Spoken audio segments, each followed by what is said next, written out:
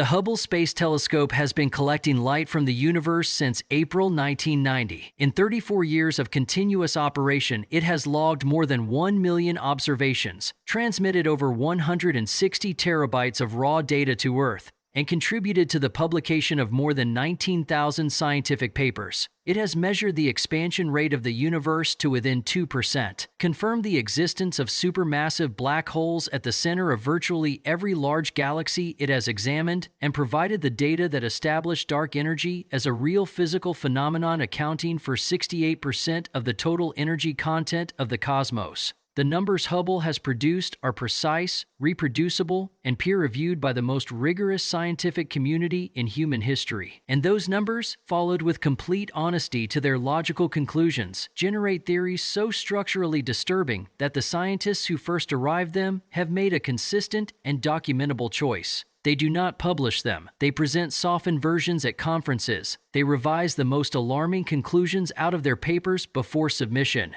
They describe their findings in language carefully calibrated to avoid the implications that the mathematics makes unavoidable. What follows is an account of what the data actually says, separated from the professional caution of the people who collected it. This is where the terror begins. The first theory that scientists have data for but will not state directly involves the timeline of galactic colonization. The Milky Way galaxy is approximately 13.6 billion years old. It contains between 200 and 400 billion stars.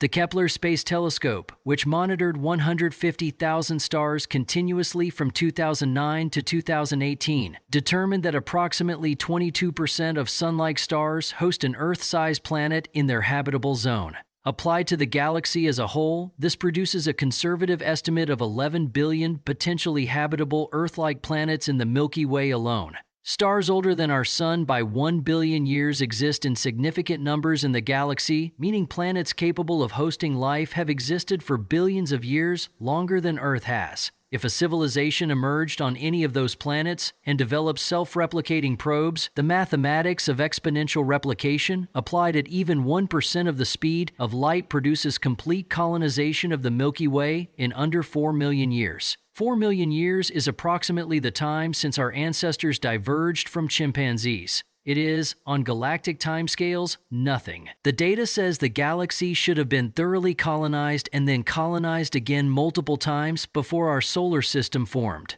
The published response to this calculation is that we have not looked hard enough. The unpublished response, which circulates among researchers in private correspondence and is occasionally stated at small workshops under conditions of informality, is that the absence of colonization implies that civilizations do not survive long enough to complete it. Not some civilizations. Every civilization. The threshold appears to be consistent. The timing appears to be specific. Several researchers have calculated the approximate developmental stage at which the elimination occurs and have chosen not to publish that calculation because the developmental stage it identifies is uncomfortably close to our own. The second theory involves the James Webb Space Telescope and what it has found at the edge of time. Webb, operational since July 2022, was designed to observe the earliest galaxies in the universe. The dim, small, primitive structures expected to exist a few hundred million years after the Big Bang. The standard model of cosmology, called lambda CDM, makes specific quantitative predictions about what these early galaxies should look like. They should be small because they have not had time to accumulate mass.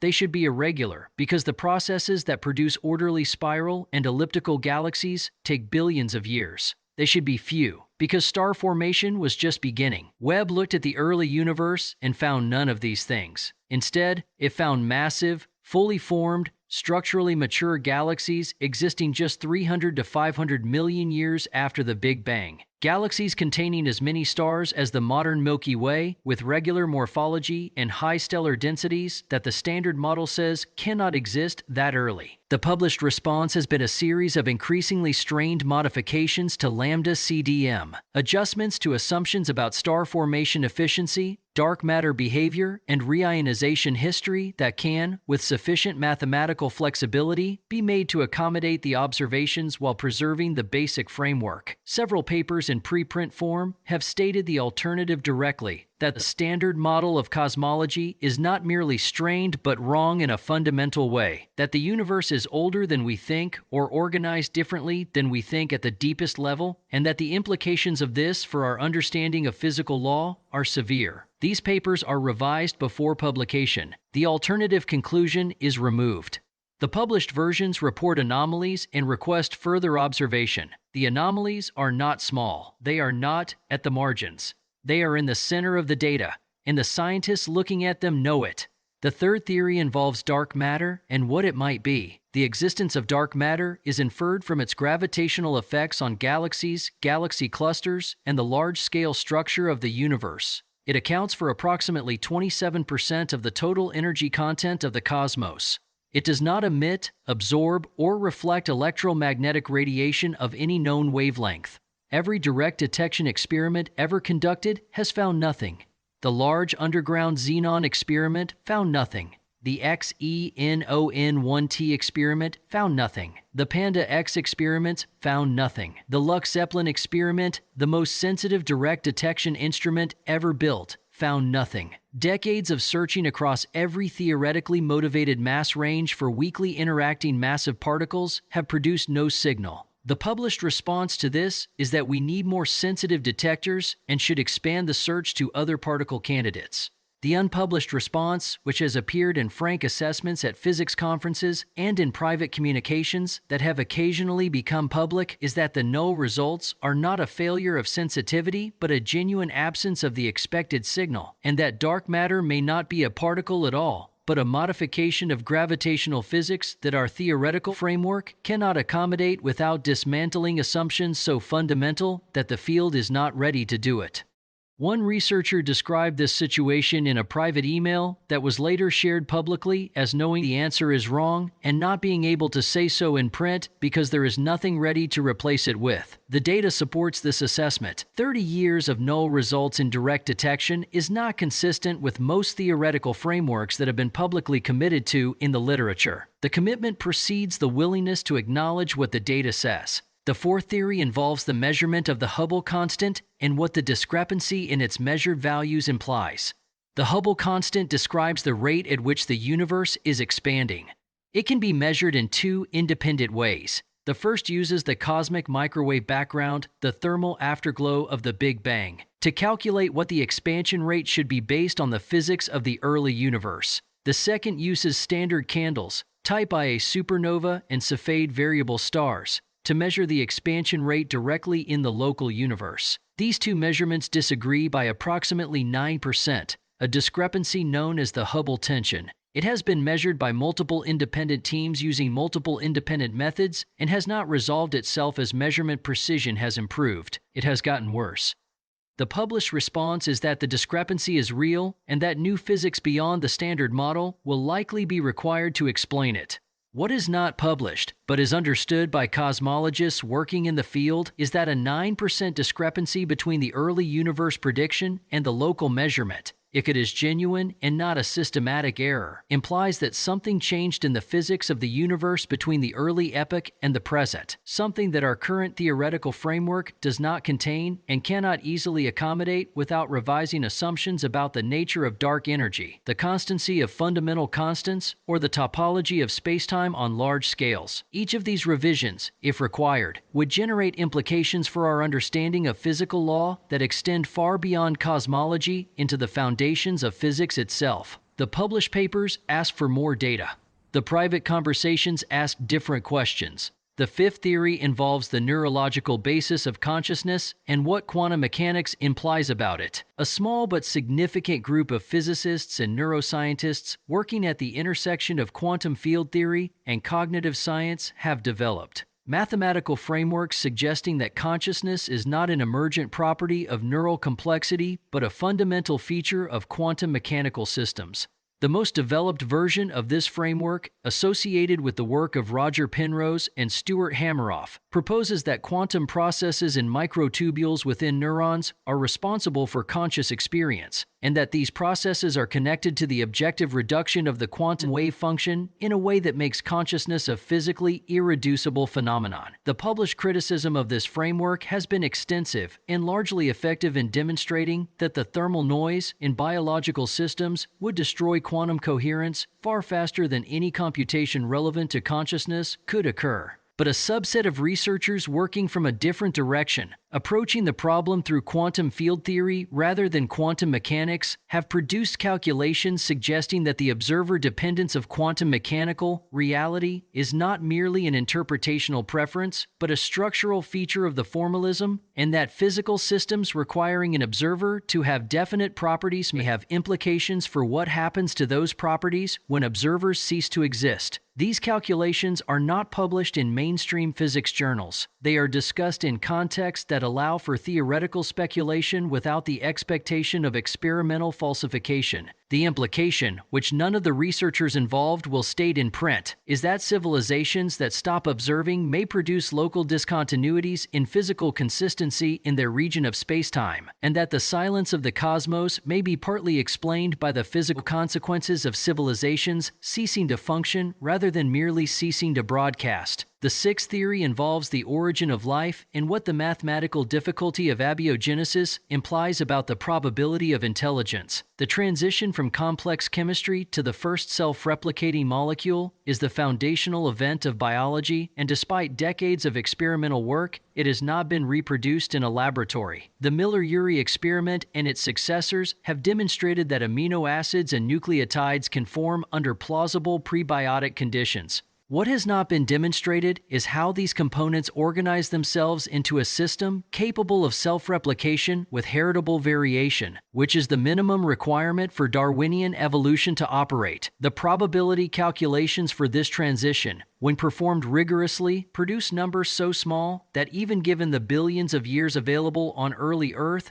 and the billions of planets available in the galaxy, the expected number of independent origins of life is not millions or thousands, but a number uncomfortably close to 1. Several researchers have performed these calculations, noted the implications for the prevalence of life in the universe, and chosen to publish only partial results, omitting the final probability estimate or embedding it in language that minimizes its significance. The implication that the data supports, but that the published literature carefully avoids, is that life may be so improbable that it has arisen only once in the observable universe, that we are not a typical example of a common phenomenon, but a singular accident in an otherwise sterile cosmos, and that the absence of signals is not because civilizations are hiding or have moved past radio communication, but because there are no other civilizations to be silent. The seventh theory involves the measurement of neutrino masses and what they imply about the completeness of the Standard Model. Neutrinos are the most abundant massive particles in the universe, outnumbering protons by approximately 1 billion to 1.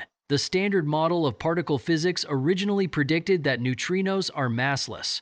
Experimental observations of neutrino oscillation demonstrated that they have mass, a result that earned its discoverers the Nobel Prize in 2015. The problem is that the Standard Model has no mechanism for neutrino mass. The theoretical frameworks that have been proposed to explain it, Majorana mass terms, the seesaw mechanism, various extensions of the Standard Model involving new particles and symmetries, all require the introduction of new physics that has not been experimentally confirmed. The masses of the neutrino mass eigenstates are known only within constraints. The absolute mass scale is unknown. What is known, and what is not discussed directly in the mainstream literature, is that the existence of neutrino mass is proof that the Standard Model is incomplete in a fundamental way, that the physics we understand describes at most a fraction of the physical phenomena that exist, and that the unknown physics responsible for neutrino mass may be connected to other unknowns including dark matter, the matter-antimatter asymmetry, and the cosmological constant in ways that our current theoretical framework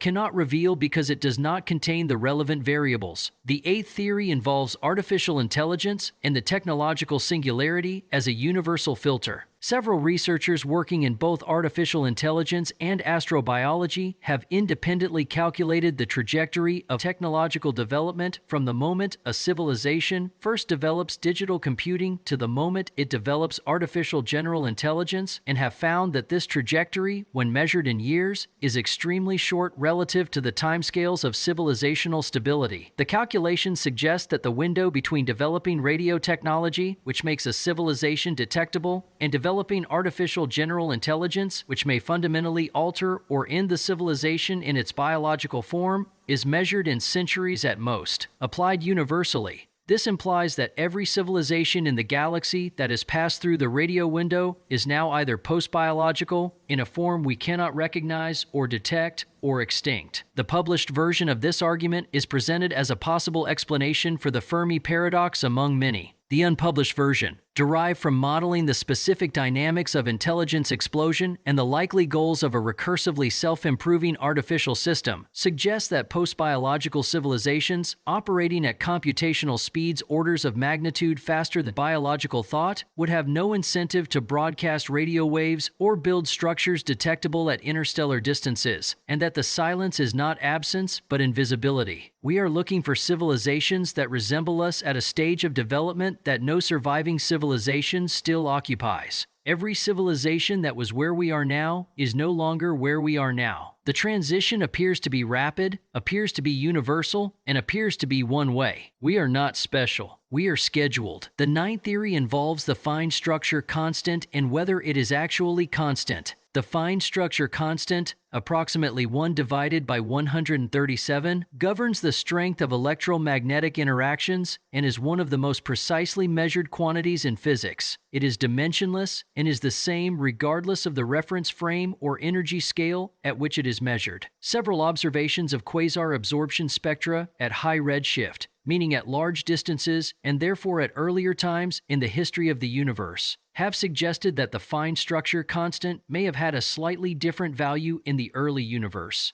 The published response to these observations has been cautious, citing potential systematic errors in the spectroscopic measurements and the difficulty of controlling for all relevant variables at cosmological distances. What is not published is a frank assessment of what a varying fine structure constant would mean for our understanding of physics. A dimensionless constant that changes over time is not a constant in any meaningful sense. It is a dynamical variable, governed by some field or mechanism not present in our current theoretical framework. If the fine structure constant varies, the atomic physics that governs the formation of biological molecules varies, which means the conditions for life are not universal but time-dependent, which means there are epochs of the universe in which life is possible and epochs in which it is not, and the borders between these epochs are defined by physics we do not yet understand. The 10th theory is the one that is least published and most discussed in private because it has no comfortable resolution and no experimental test that would make it falsifiable in any near-term sense.